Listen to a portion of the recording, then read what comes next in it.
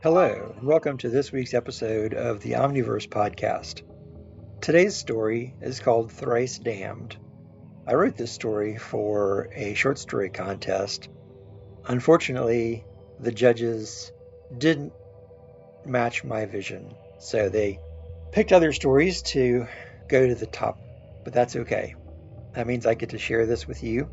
I hope that you enjoy it and have a good week.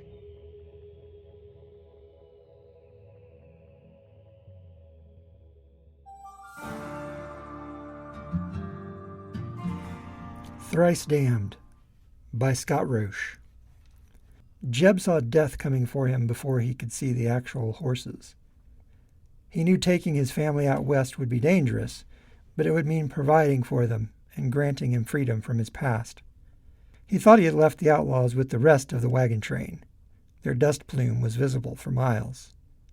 The bandits must not have been keen on letting a survivor go. There was no way he could outrun them. He pulled his wagon into a stand of trees, his heart hammering.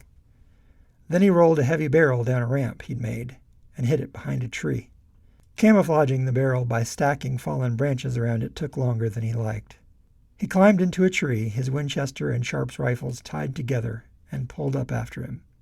His pistols and bowie knife rode on his belt. Soft clicks broke the silence as he checked the ammo in his weapons. He might not get a second chance. Before long, he made out 3 riders. It was only a matter of time until they saw his wagon. His mouth was dry, and his stomach boiled with fear and rage. He sighted with the Sharps rifle on the lead rider and pulled the trigger. The next town over would hear the deafening burst, but it wouldn't matter to the man who was now stone-cold dead. The other riders stopped, uncertain where the shot had come from. He trained his sights on the next outlaw. The erratic movement of the frightened horses and riders made it tough to get a beat on them. The loud boom rolled forth, and this time no man fell dead. Each of them dove for the ground, their mounts fleeing. "I'll get you home, my dears," he whispered under his breath. But now it was time to wait. The wagon would cause too much noise and dust for him to ride discreetly. No, this was his last stand. By his reckoning, the men were still 500 yards out. If they were stupid, he could get one or both of them before they got in close range. Their carbines shot faster than his Sharps, but not as far. The bandits split up and moved into the tall grass off the side of the packed dirt road. Jeb lost sight of them immediately. He put his Sharps to one side and grabbed the Winchester. The wind gusted, kicking up little dust devils on the rutted path. He imagined the men were having a palaver about what to do next. He could wait. When he fought in the war, waiting was part of his job. He'd hoped he'd left killing men behind him. After a few minutes, he saw movement in the grass to his right. Unsure if it was a man or the wind, he put 5 rounds into the general area. He heard no cry of pain, nor received any return fire. "Go on. Get back on your horses, and I won't backshoot you." "You killed some of our men, homesteader. Can't let that stand." The strained voice came from the grass to his left. "Then I guess I'm going to have to kill both of you." He hoped he sounded brave. Jeb snapped off 3 shots. He'd given his position away, a risk he had to take. Return fire from both sides savaged the tree. He shifted back and climbed up, finding a new perch and leaving the Sharps behind. There, movement. He fired 5 times, following a line from where he thought the man had been to just ahead of where the movement was. Despite the gunshots, he could hear a scream.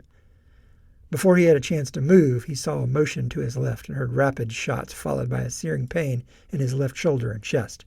He bit back a shout. "Looks like I got lucky," the man in the grass to his left drawled. "Or you got unlucky. Look, it's only you and me left. You walk away. Next town is about 20 miles up this road." His voice grew closer. "I'll take what's in your wagon, and we'll be square. Must be something valuable. Is it worth your life?"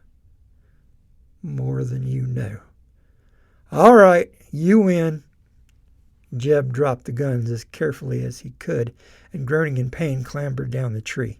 By the time he had both feet on the ground, the man he faced held a pistol on him.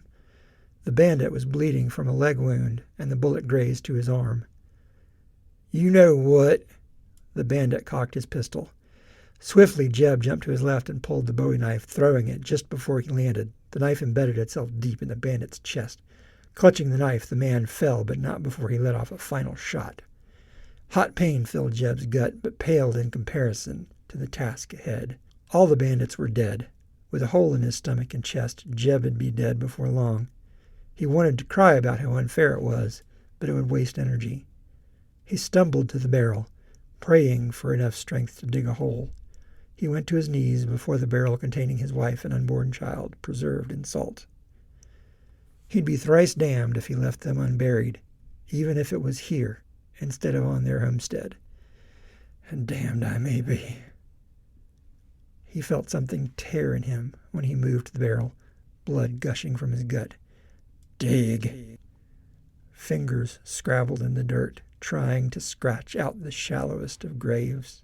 As his sight dimmed, his soul wept bitterly at his failure and shame. His tears and blood baptized the ground where they found his body, fingernails torn and flesh mangled by the rocky soil. The scrape in the ground was barely deep enough to bury his heart in, much less the bodies of those he loved.